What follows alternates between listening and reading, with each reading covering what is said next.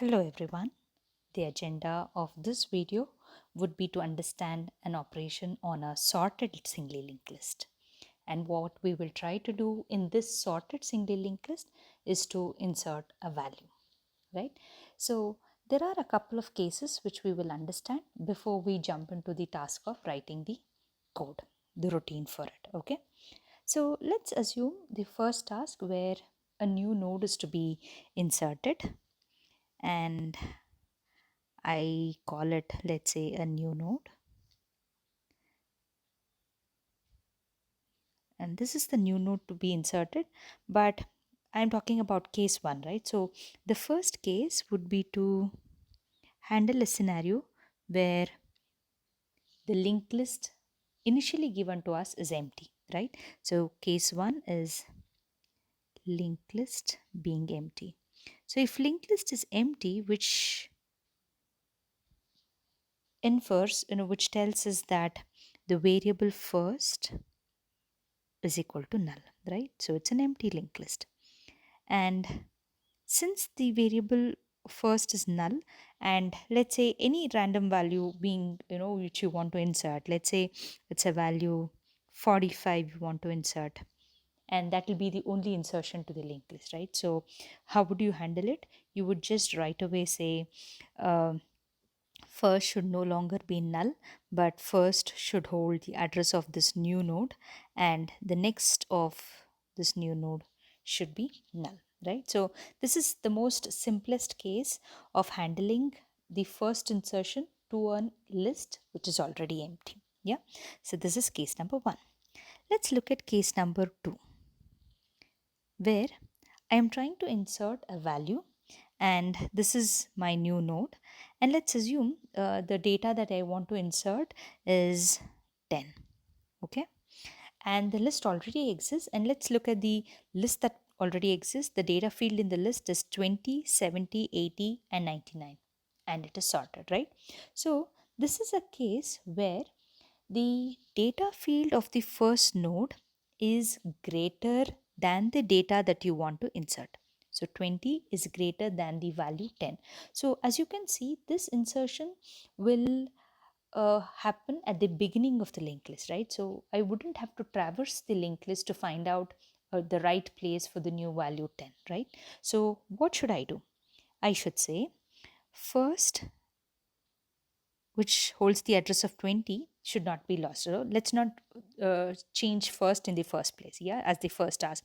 So I will say new nodes next should be first, yeah, and first would not be 20, right? It cannot be 20, but rather it should be the address of whatever is new node, right? So thereby, when I look at the linked list now, I will see that 10 is the first value in the linked list. After that is 20, 70, 80, 99, right? So this makes my linked list sorted. So case 2 is when you want to add a value which is lesser than the first value existing in the linked list, right? What's case 3? Case 3 would look like this. It's the same linked list of 20, 70, 80, 99. But let's say I want to add a value 75. So new node is having its data field as 75, and I'll have to find out where it is to be inserted. So the linked list would start from the variable first. So I need a temporary variable to help me traverse, right? So let me have a variable current to remember initialized to first, and this will keep moving and stop when it's found a right place for 75 to be inserted, right? So currently car is pointing to this node whose data field is 20, so it's lesser, right? So I understand I will have to move ahead. So I will have current become current arrow next, so it will move. So it will peep into this data field. It sees a value 70, and it says, okay, it's lesser than 75, let me go ahead, right? So it'll get updated to the next current node, and I will have cur point to 80. But when it sees this value 80, it understands that 75 should be inserted just before it, correct? But when I moved to 80, I no longer remember who was just before it, correct? So, what we're trying to understand is probably this single variable current may not be sufficient for us, right? So, let's also have one more variable previous to hold the address of what is just before current. So whenever you're making a change to current, in the process of traversal, before current moves ahead, make sure previous is just before it. For example, if current is pointing to the second node, you will have to make sure current previous is in the first node. And similarly, if current is pointing to this third node, right, where should previous be? Previous should be this second node, right? So in which case I wouldn't have lost. So when current sees a value 80, or it sees a value which is greater than the value to be inserted, right, it understands that it is the position of the new node is just before it, and who has the address of just before car node?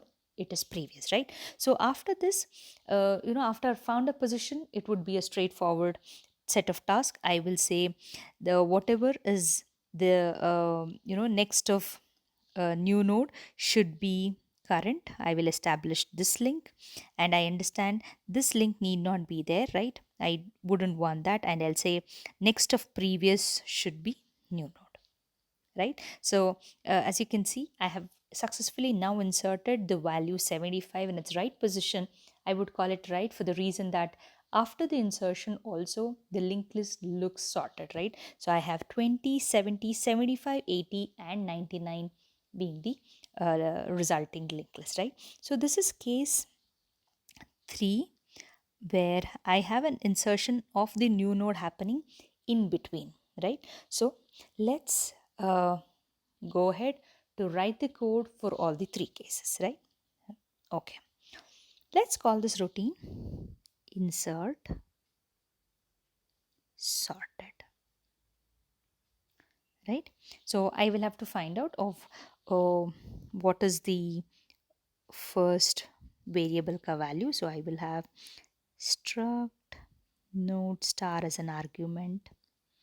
I will also have another argument which tells me what is the data which is to be inserted, right? So I will have int data also given to me as an argument, and let's go ahead, right? So this is an insert operation, so I understand I have to make a call to get node, right? So let's have struct node star new node, and I'll say new node is equal to get node of the data field, yeah, this data field that we have, right? Now I've got a node now, so the next task is to look at whether I'm talking about case 1, case 2, or case 3, right? Let's proceed. Okay, hold on, I need other variables also in the process, so let me declare them here right away. um, right, as we remember, in case 3 we will need other variables, right? So I needed a variable called current, I needed a variable called priv, right? So let me have them declared here. Okay, so 3 variables. Yeah, the first one is what we have used here as new node, right? That's the new node to be inserted, right? So case 1 was the linked list doesn't exist. The case 2 was the new node is to be inserted at the beginning of the list. So we could combine these two as one first if clause checking part, where I understand both the cases I will have my new node become the first node, right? Be it a case of list being empty or the data being inserted at the first place, right? So let's put that first case. If I see the variable first to be null, case 1, or please remember this is or, if the data field in first, which is first arrow data, is greater or probably even equal to the data that you want to insert. Okay, if this is the case, right? So this is case 1 and case 2 combined together. What would I do? I would say new node car next should be whatever is first, right? So if first is null, even then this is a successful statement. If first is the address of the first node, which is case 2, then also this is good, right? But what we will understand is that first should get a new value here, which is the new node that is getting inserted, and I should make my calling function know that there is a value change to first, right? So I'll say return first, and I understand I could stop it because there's nothing more to be done. Yeah, these three statements handle the scenario of case 1 and case 2. Yeah, and this reminds me that I should put a return type to my routine insert sorted, which is struct node star, right? For the reason that there is a change happening to the variable first, and the calling function should know about it, right? And that change to first happens only in case 1 and case 2, right? So I'll go to the next part of the code where we will understand of what should I do if it is case 3, right? So the variable current and brief come into picture. I understand I've declared them here, but I've not initialized them. So let me initialize them. Let me initialize current to be the first node. That's where I start the traversal, and priv to be null, right? Let me initialize them and let me continue. So I will have a while loop now, which runs or which keeps moving till I see something bigger, right? Till the data of the current is is still lesser than the new nodes data. I should continue. The moment current's data becomes greater than the new nodes data, I should stop, right? So while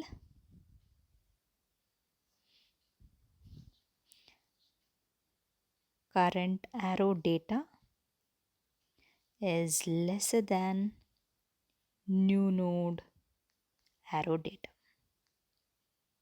Okay. Now, is this a sufficient condition? May not be, for the reason that let's say you have a list which has 20, 70, 80, 99, and you want to insert 100. I understand I wouldn't be seeing any value greater than 100 in the linked list, right? So the while loop will not have this condition executed at any point of time, but my current value will become null, right? Which means the scenario where the largest value not existing in the list is actually getting inserted. I repeat, this is a case when 20, 70, 80, 99 exist and you want to insert 100, right? So let's handle that in the while condition here.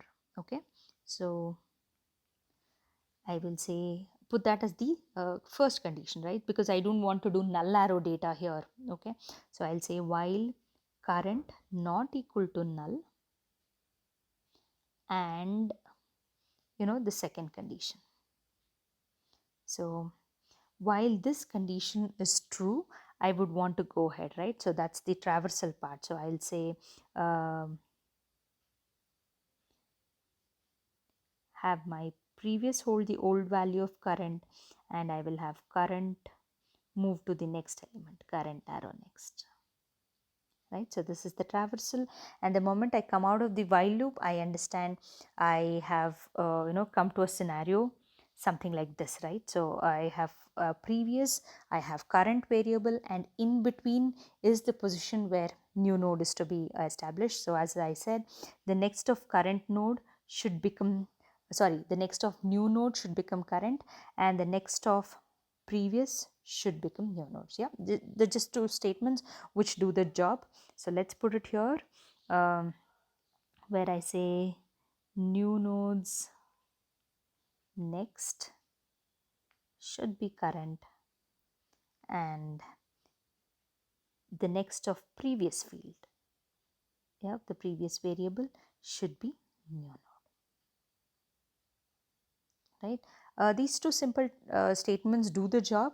Let's quickly go back to the diagram to understand if the other scenario would also work, right? So the scenario that we said, if I want to insert, let's say this is not the new node and this is my new node, right? So let's say the value here is 100. So the list is 20, 70, 75, 80, and 99, and I want to insert 100.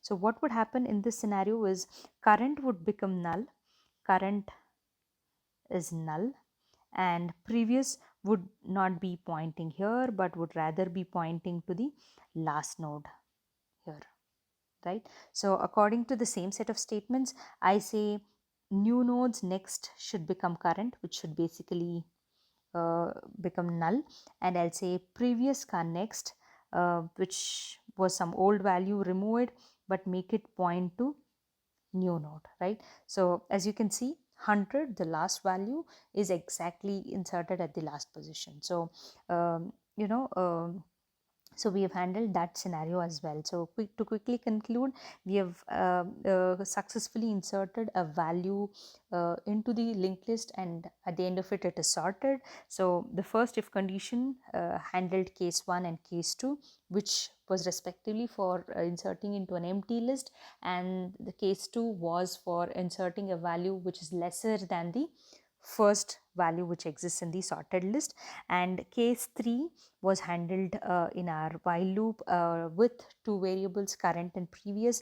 And let's conclude the routine by closing it. But remember, there was a return type, and hence I should return a value. And let me just return first. I understand when I come to the statement, there's no change to first, but still I will have to return the value of first to the calling function. Yeah, so that gets us to the end of the task of understanding this operation of inserting into a sorted linked list. Thank you.